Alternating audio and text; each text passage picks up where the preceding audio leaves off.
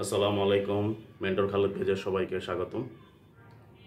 আমরা আজকে পার্সোনাল ইনভেস্টমেন্টের একটা গুরুত্বপূর্ণ বিষয় নিয়ে কথা বলবো। সেটা হচ্ছে গোল্ডে ইনভেস্টমেন্ট। আপনারা অনেকেই নানা পত্রপত্রিকায় হয়তোবা দেখছেন গোল্ডের প্রাইস অনেক বাড়ছে এবং গত 1.5 বছরে গোল্ডের প্রাইস অনেক বেড়েছে। এখন 2 লক্ষ টাকার উপরে পার ভরি। 22 ক্যারেটের গোল্ড 2 লক্ষ টাকার উপরে, এটা অনেকে হয়তোবা কল্পনাও করেনি। 1971 সালে যখন নিক্সন সাহেব, আমেরিকার প্রেসিডেন্ট, ডলারকে ডিলিং করে দিল গোল্ড থেকে, তখন সবাই গোল্ড প্রিজার্ভ করা শুরু করলো। গোল্ডের উপর ডিমান্ড তৈরি হইলো এবং গোল্ডের প্রাইস তখন বাড়া শুরু হলো। তখন কিন্তু অনেক বেড়েছে, প্রায় 450% বেড়েছিল প্রায় 8-9 বছরের মধ্যে। কিন্তু এখন সেই ট্রেন্ড আবার দেখা যাচ্ছে। অনেকেই মনে করছে এটা কেন, এখানে ইনভেস্ট করা ভালো হবে কিনা।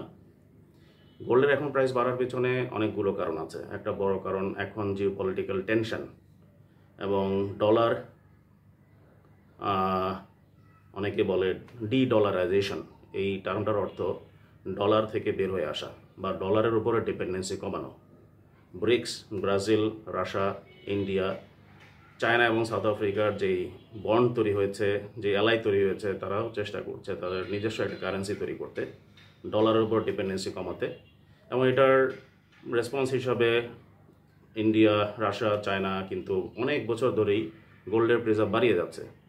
গত 3-4 বছর ধরে এই প্রিজার্ভেশন অথবা এই সঞ্চিতি রেট অনেক বেড়ে গেছে, আগের তুলনায় প্রচুর বেড়ে গেছে। সো এটা একটা বড় কারণ। আর গোল্ড তো একটা ন্যাচারাল রিসোর্স, এটার কিন্তু একটা নির্দিষ্ট সাপ্লাই আছে, এটা অফুরন্ত নয়। এবং মাইন থেকে গোল্ড এক্সট্রাকশন করাটাও সময় সাপেক্ষ, অনেক কিছুর উপর নির্ভর করে। তো সেটাও একটা বড় কারণ। আরেকটা বড় কারণ ইনফ্লেশন বাড়ার কারণে টাকার মূল্য বা কারেন্সির মূল্য কমে যাওয়া, রিটার্ন কমে যাওয়া, ইফেক্টিভ বা রিয়েল রিটার্ন কমে যাওয়া, এটা ইনভেস্টরদের জন্য খুব একটা ভালো খবর নয়। গোল্ডের ক্ষেত্রে এই বিষয়টা আসলে খুব একটা কাজ করে না, এই জন্য গোল্ড উপরে ডিমান্ড ক্রিয়েট হচ্ছে। কিন্তু আপনি কি এখন গোল্ড ইনভেস্ট করবেন কিনা অ্যাজ অ্যান ইন্ডিভিজুয়াল ইনভেস্টার? করতে পারেন, সেটা বাড়বে, কিন্তু এতটা রেটে নাও বাড়তে পারে। দেয়ার ইজ এ রিস্ক, সেটা কমতেও পারে। কমার বিষয়টাও কিন্তু মাথায় রাখতে হবে, বিকজ এটা একটা অ্যাসেট ক্লাস। আমাদের সবাইকে মনে রাখতে হবে প্রত্যেকটা অ্যাসেট ক্লাসে কিন্তু subject to market risk, price ওঠানামার বিষয়টা থাকবেই। ফাইন্যান্সিয়াল অ্যাসেট ক্লাস আছে, ডেট, ইকুইটি, নানা ধরনের ফাইন্যান্সিয়াল প্রোডাক্ট আছে, কমোডিটি আছে, চাল, ডাল, পেঁয়াজ, এখানেও ইনভেস্ট করতে পারেন, সেগুলো একটা অ্যাসেট ক্লাস। রিয়েল এস্টেট, জমি, ফ্ল্যাট একটা অ্যাসেট ক্লাস। কমোডিটির কথা বললাম, প্রেশাস মেটাল যেমন গোল্ড, তারপরে সিলভার, অন্যান্য প্রেশাস যে মেটালগুলো আছে সেগুলোও কিন্তু একটা অ্যাসেট ক্লাস। সেখানে ইনভেস্ট করে আপনি একটা রিটার্ন পেতে পারেন বা সেটা বিক্রয় থেকে একটা রিটার্ন পেতে পারেন। সেটা এই জন্যই এটা অ্যাসেট ক্লাস। যেই জায়গাতে ইনভেস্ট করলে একটা প্রাইস অ্যাপ্রিসিয়েশন হয় এবং একটা রিটার্ন পাওয়ার সম্ভাবনা থাকে, সেই জায়গাগুলোই, সেই বস্তুগুলোই বা এরিয়াগুলোই আসলে অ্যাসেট ক্লাস হিসাবে নির্ধারিত হয়। আরেকটা গুরুত্বপূর্ণ অ্যাসেট ক্লাস হচ্ছে আপনি বিভিন্ন ট্রেজারি বন্ড বা বিল ইনভেস্ট করতে পারেন, government treasury, government security, savings certificate, এগুলো আসলে ফাইন্যান্সিয়াল অ্যাসেট ক্লাসের মধ্যেই পড়ে যায়। ফাইন্যান্সিয়াল অ্যাসেট ক্লাস এবং নন ফাইন্যান্সিয়াল অ্যাসেট ক্লাস মূলত দুই ভাগে। নন ফাইন্যান্সিয়ালের মধ্যে কমোডিটি আছে, প্রেশাস মেটাল আছে, রিয়েল এস্টেট আছে। তো এইসব জায়গাতে আপনারা এক্সপ্লোর করতে পারেন।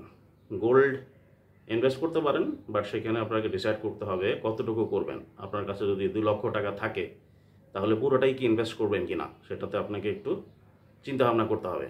সবচাইতে ভালো ডিসিশন হবে প্রত্যেকটা অ্যাসেট ক্লাসেই কিছু কিছু ইনভেস্ট করা। এখন 2 লক্ষ টাকা দিয়ে তো জমি কেনা ডিফিকাল্ট। আপনি কিছু গোল্ড কিনতে পারেন, কিছু সিলভার কিনতে পারেন, কিছু টাকা ব্যাংকে রাখতে পারেন, কিছু টাকা হয়তো বা আপনি মিউচুয়াল ফান্ড, কিছু কিছু অ্যাসেট কোম্পানি আছে বাংলাদেশে, তারা আপনার হয়ে মিউচুয়াল ফান্ডে আপনার টাকাটা ইনভেস্ট করবে, সেখানে করতে পারেন।